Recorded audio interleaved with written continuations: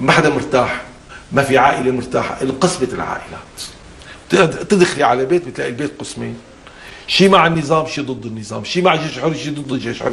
البلد تشتتت، لازم نلم شملها. نحن اليوم اصلا اللي وصل سوريا لهالمرحله الاعلام.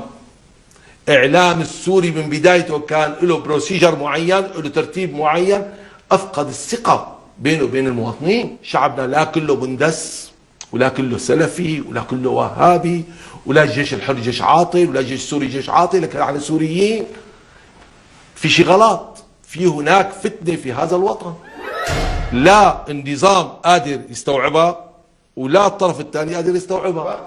الواقع ما لنا شايفين مين عم يقتل مين. لا كيف ما لك؟ نحن عم نسمع اصوات. اسمح لي دكتور حيان، في مشكله بالبلد، وبع احترامي لكل الاجهزه الموجوده بالبلد ما بعرفوا كيف يحلوها. طيب ما عرفوا كيف يحلوها. البدايه الازمه صارت ازمه قائمه.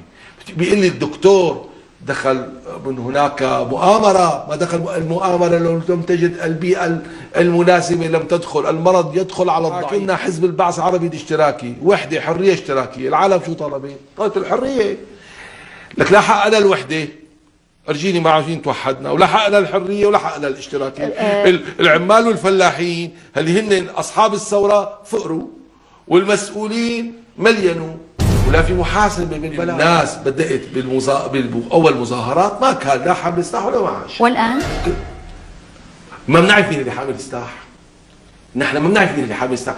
بتساليني سؤال ماني شايفه، بس اجاوبك عليه. انا عندي واقعيه. نحن اليوم بنجي بنقول السوريين في الخارج كلهم عملاء. يا اختي الكريمه كلهم سوريين، والسوريين ناس طيبين، وكله دارس هو وياهم الدكتور برا وبيعرفوا واصدقاء. يا اختي الكريمه كان اذا واحد قاعد ببار وسكران وحكى له كلمه على سوريا بيصعد على المطار دمشق الدولي يروح راجع فرع فلسطين.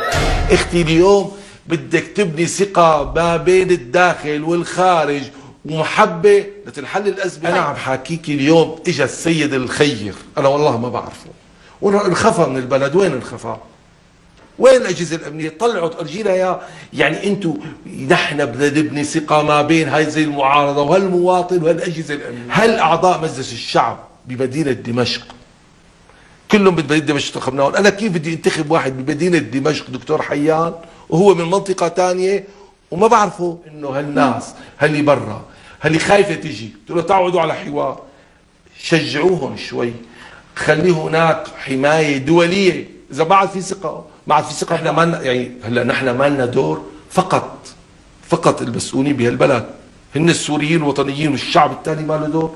الشعب له راي، الشعب له راي. مين قال المسؤولين ما عم ياخذ فقط هم ما حدا. الشعب مغلوب على امره يا اختي، ما عنده منبر، ما بيعرف يتصرف. شعبنا ليس دموي، شعبنا ليس دموي. دمرت العالم اليوم. الغلاء، الله يعين العالم، الله يعين الفقير. في مشكله بالبلد قائمه، الناس عم بتنام بالحدائق. نحن حطينا اللبنانيين عنا، وحطينا الناس العراقيين عنا، مليون عراقي دخل عنا، شاركنا بالخبز والمازوت والمدارس وكل شيء. حرام. هذا الشعب السوري انا متألم عليه، هذا قاعد على الخيام بالبرد. طيب يا اختي هذا نحن بتشكل لجان صحيحه بمصداقيه بضمانات انه ما حدا يقرب عليهم، ما حدا يأذيهم، بنرجعهم لبيوتهم. ما عندهم بيوت بنعمر لهم بيوت يا اخي. حضرتك اليوم المصالحه الوطنيه ما بدي احكي حكي بدها مصاري، بدها انا ما بدي من دولتك انا ما بقرب للاجنبي. طول عمرها سوريا غنيه، سوريا منا فقيره. سفير الامريكي بليبيا انخبطت امريكا كلها مشانه. اذا طفل بامريكي بتقوم حرب عليه. نحن كل يوم رحنا 100 200 زلمه. طيب هدول مو بشر؟ هدول ما لهم اهالي؟ ان كان من الجيش العربي السوري او كان من الجيش الحر او كان من المواطنين العاديين اللي قاعدين البنايه بتوع البنايه كلها عليهم. نحن هذا الشيء ما فينا نخبيه، هذا الشيء صاير يا اختي. انتم بتطلعوه بالاعلام وخطات ثانيه بتصوروا بالموبايل وبتطلعوا بالاعلام. نحن متألمين، نحن ما لنا معارضه، نحن لسنا ضد هذا النظام ومع الجيش الحر، ولسنا ضد الجيش الحر ومع هذا. نحن سوريين، هي بلدنا. اذا هذا الجيش الحر بقعد معه نحن طلب منا يا اختي، نحن قابلنا بالجيش الحر، قابلنا ناس. شو بدكم؟ هذا اخي جيتك غالي علينا، بس عندنا 3 نسوان طلعوا لنا اياهم. رحنا بعثنا لوزاره المصالحه الوطنيه ما حدا طلعهم. طيب ولكن كيف بدك يعني انا ولكن اذا كنت كيف بدك يعني انا كون حل لمشكله وما معي دعم ما حدا برد علي؟ انا بتمنى من الاجهزه الامنيه تريح المواطن. اليوم نحن اذا بدنا نصادر استاذي الكريم اراء الناس، واحد كتب على الانترنت، واحد صغير كتب على الفيسبوك، غلط اخي، غلط منيح هيك. انا بتمنى انه هذا نقعد معه، ما بناخده ما بنوقفه، بنقعد معه. بعثوا لنا الموقوفين اللي كانوا بالسجن بالامن، منيح الحكي. اجا حدا طلب منا نحن كمواطنين سوريين نقعد معه نشوف شو مشاكلهم يا اخي. دول طلعوا بمظاهرات انك توقفوا فينا، نحن كنا نفهم شو مشاكلهم، اذا عندهم بطاله نبحث لهم اياها. نحن ما عم نقوم بدور اجتماعي صحيح لو سوريا فيها مشكله. اتمنى من يسمعني في الخارج، الشعب السوري 22 مليون يحترق، 22 مليون متألم، في اطفال اولاد خايفه، ناس ما عم تنام ببيوتها، ناس تركت بيوتها. وأهنئ وحيي الشعب السوري اللي استقبل الناس اللي خرجت من بيوتها.